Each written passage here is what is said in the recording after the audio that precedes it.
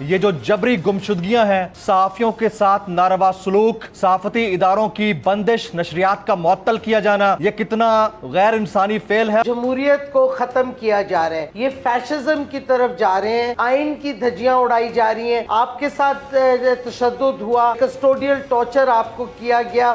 ایک وقت آتا ہے جب ریاست کو روکنا چاہیے اور کہنا چاہیے آپ آئین کی دھجیاں اڑا رہے ہیں، آپ قانون کے خلاف جا رہے ہیں۔ یہ جو جبری گمشدگیاں ہیں، صحافیوں کے ساتھ ناروا سلوک، صحافتی اداروں کی بندش، نشریات کا معطل کیا جانا، یہ کتنا غیر انسانی فعل ہے اور پاکستان جیسے ملک کے لیے کتنا بڑا المیہ ہے۔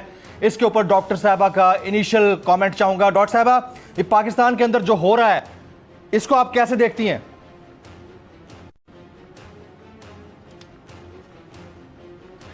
دیکھیں، یہ جمہوریت کو ختم کیا جا رہا ہے، یہ فیشزم کی طرف جا رہے ہیں، جدھر قانون کی دھجیاں اڑائی جا رہی ہیں، آئین کی دھجیاں اڑائی جا رہی ہیں، آپ کے ساتھ تشدد ہوا، کسٹوڈیل ٹارچر آپ کو کیا گیا، شہباز گل کے ساتھ کسٹوڈیل ٹارچر ہوا، باقی جرنلسٹ کے ساتھ کنی کو وائلنس ہوا، ایاز امیر کے ساتھ ہوا، ارشد شریف کو ملک چھوڑنا پڑا، سمیع ابراہیم کے ساتھ ہوا، مطلب عمران ریاض خان کے ساتھ ہوا، کہ لسٹ بڑھتی جا رہی ہے۔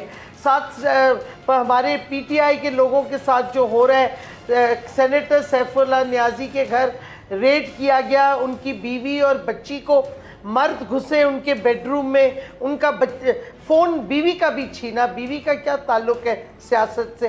یہ ہر جگہ تشدد کر رہے ہیں۔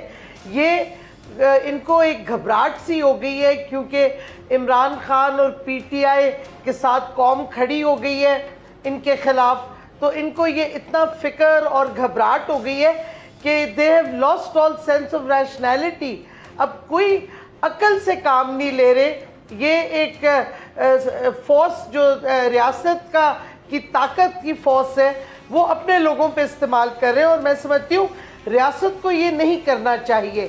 اگر یہ حکومت اس طرح کی حرکتیں کر رہی ہے تو ایک وقت آتا ہے جب ریاست کو روکنا چاہیے اور کہنا چاہیے آپ آئین کی دھجیاں اڑا رہے ہیں، آپ قانون کے خلاف جا رہے ہیں۔ آپ اندازہ کریں، عمران خان کو دہشت گرد کہہ رہے ہیں، کیوں؟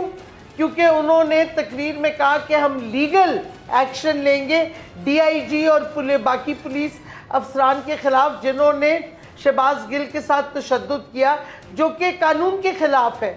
اب یہ دہشت گردی ہو گئی ہے۔ یہ ہر چیز کا مذاق اڑا رہے ہیں، قانون کا تماشا ایک مچا ہوا ہے فیشزم کا اس ملک میں۔